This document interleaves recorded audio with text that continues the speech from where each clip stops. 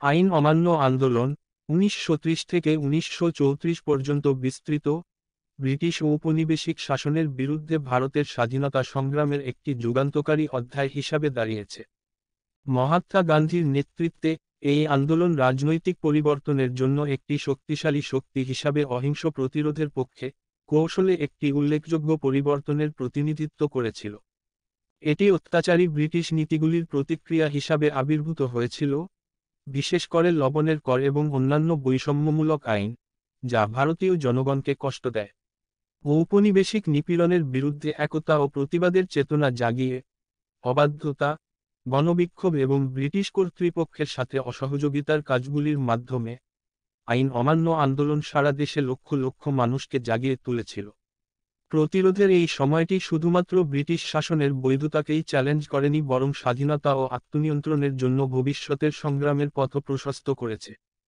এটি মহাত্মা গান্ধী কর্তৃক ঐতিহাসিক ডান্ডি মার্চের মাধ্যমে চালু করা হয়েছিল, যা ভারতের স্বাধীনতা আন্দোলনে একটি উল্লেখযোগ্য মাইলফলক চিহ্নিত করে। লবণ আইন লঙ্ঘন করে এবং লবণ সংগ্রহ করে, গান্ধী লবণ উৎপাদনে ব্রিটিশ একচেটিয়ার নীতিকে চ্যালেঞ্জ করেন এবং সারা দেশে আইন অমান্যের তরঙ্গ ছড়িয়ে দেন। ডান্ডি মার্চ, যা ১২ই মার্চ ১৯৩০ শুরু হয়েছিল, তাতে সবরমতী আশ্রম থেকে গুজরাটের ডান্ডির উপকূলীয় গ্রাম পর্যন্ত ২৪০ মাইল যাত্রা জড়িত ছিল।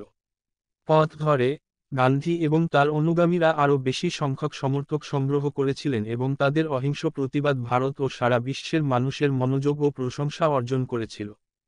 ৬ই এপ্রিল গান্ধী ডান্ডিতে পৌঁছলে তিনি প্রতীকীভাবে সমুদ্রের জল থেকে লবণ উৎপাদন করে লবণ আইন লঙ্ঘন করেন। এই আইনটি লক্ষ লক্ষ ভারতীয়কে আন্দোলনে যোগ দিতে এবং ব্রিটিশদের আরোপিত লবণ আইন ভাঙতে অনুপ্রাণিত করেছিল।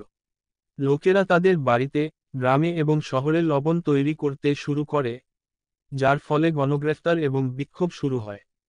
আইন অমান্য আন্দোলন গতি লাভ করে কারণ লোকেরা অহিংস প্রতিবাদ, ব্রিটিশ পণ্য বয়কট এবং আইন অমান্যের কাজে সক্রিয়ভাবে অংশগ্রহণ করেছিল। অন্যায্য ব্রিটিশ আইনকে অমান্য করার এবং তাদের অধিকার ও স্বাধীনতা নিশ্চিত করার জন্য ভারতীয়রা তাদের সংকল্পে একত্রিত হয়েছিল। লবণ সত্যাগ্রহ হয়ে ওঠে প্রতিরোধের একটি শক্তিশালী প্রতীক এবং জনসাধারণের জন্য একটি সমাবেশস্থল। এটি প্রমাণ করেছে যে এমনকি সবচেয়ে মৌলিক পণ্য, যেমন লবণ, ঔপনিবেশিক শাসনকে চ্যালেঞ্জ করার জন্য একটি শক্তিশালী হাতিয়ার হয়ে উঠতে পারে। আন্দোলনটি ভারতীয় জনগণের মধ্যে ঐক্য ও সম্মিলিত কর্মের বোধের জন্ম দেয় এবং স্বাধীনতার ক্রমবর্ধমান গতিতে উল্লেখযোগ্য অবদান রাখে।